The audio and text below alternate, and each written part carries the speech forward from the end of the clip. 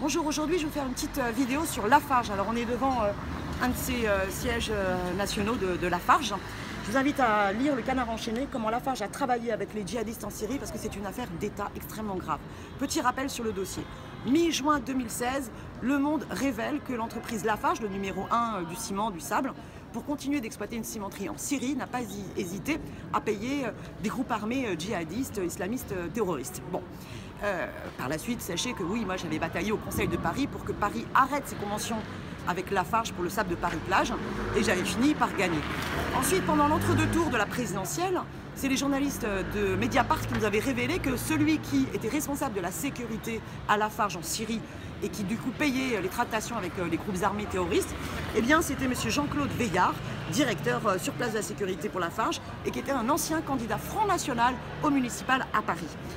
Aujourd'hui, le Canard enchaîné révèle que non seulement il y a eu plus de 200 000 € versés dans des tractations pour libérer 9 employés qui avaient été enlevés, mais surtout qu'en fait, Lafarge était en lien permanent avec les milices al-Nusra Al-Qaïda, avec Daesh, avec l'armée régulière de Bachar el-Assad, et que c'était 100 000 $ par mois qui étaient versés sous forme de raquettes et que Daesh devait en capter au moins 10%.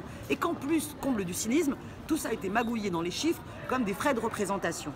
Mais autre chose qui, moi, me semble très très grave, on découvre que l'ambassade, a priori selon les déclarations, était au courant. Donc ça veut dire que les autorités françaises n'ont pas demandé à Lafarge de se retirer de Syrie, alors que par exemple Total, Air Liquide, les fromageries belges se sont retirés de Syrie.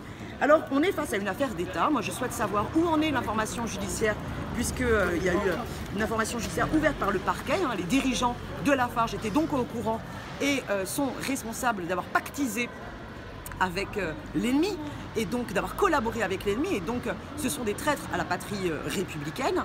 Mais surtout, qu'est-ce qu'on peut en dire sur la diplomatie française? Vous vous rendez compte?